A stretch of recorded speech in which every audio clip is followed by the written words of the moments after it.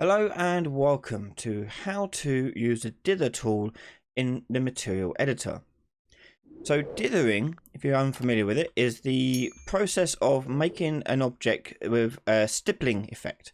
So you're making something show artistically with dots rather than full solid colors. And we can replicate that in materials. Now it has a nice side effect in that it can make something look like it is fading away. So let's take a look at how we use this. So I'm going to create a dither material, and in this material we're going to make a very simple design here. I'm going to go in and add the dither temporal AA.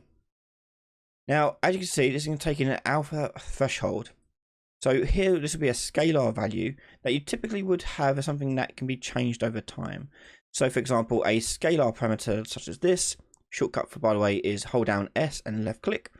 And we'll just say percent, call it that. And we'll plug that into the alpha threshold. So now I can plug this into my base color here. And you can see the dithering effect in motion. Now with dithering, we can make this now use the percentage and change this dithering effect. Oh, 1. You can see it's now more solid of shape and more solid of a color. 0.5 goes down. You can hopefully see the dithering effect. It's kind of hard to see probably on the stream and video just because of the way dithering is rendering. It's meant to be very small little dots, small dots of black, so it'd be very difficult to see, but ultimately that's what we want to look at here. So it goes from white at 1, and when it's 0 it goes to a full dither. Now we can use this to change the amount of opacity this thing would have. So let's say this thing is a masked shape, okay? We can then plug this into the opacity mask. And now you'll start seeing that it's disappeared. Now it's doing that because of the dither. The dither is acting as an opacity mask. So you can do a fading out effect with just using a mask. So if I were to increase this percentage, you can see now that dithering effect probably more clearly. And I can increase it more and more until it gets a solid. So you get the impression of something fading away. So let's see this in practice. I'm going to make percentage equal 1 starters and then hit apply. And then we're going to apply this to a material, to an object. So let's create a new blueprint class, actor. And let's put in our mesh here. I'm putting in a skeletal mesh, and we'll use our tutorial third person character here. And I'm going to give him my dithering material. Okay, so it can be completely black, and then I'll have to apply the dither. So the dither is going to be a instance of this. So we're going to create on begin play a dynamic material instance, and we're going to choose our dither material like so, and then we're going to make that into a variable with material. I want to assign this to my skeletal mesh, so I'm going to take the skeletal mesh and we'll go set material, and we're going to plug in our material there.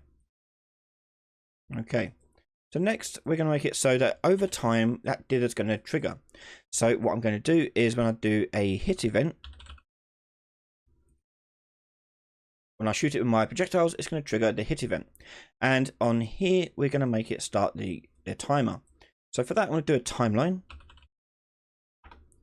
and we'll do dither out and be playing that, and that's going to go from float value of 1 in at 0 seconds, so timer 0, value of 1, and then a value of 0 at 1 second. In fact, let's actually make it a bit longer. Let's take it to 5 seconds. Okay, so take 5 seconds to fade out completely. Then I'm going to go back to my timeline here, and we're going to use our material, and we're going to set a scalar parameter.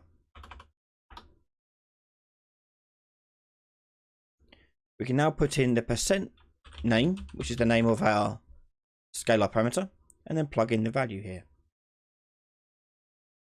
And let's double check the collision is all set up correctly on this. So no, I've got to add collision to this thing to block all shapes, and hit compile, and we'll drag that out here. So now if I hit him, he'll fade out. And there you have it, the dithering tool. Very useful to create really unique looking shapes. So you can actually use this to do like a fading, like teleport, if you animate it going down the shape. Maybe I can make another video for that.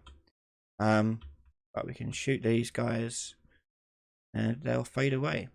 So if you need your enemies or your characters to fade away after you've killed them, this is a great tool to accomplish that.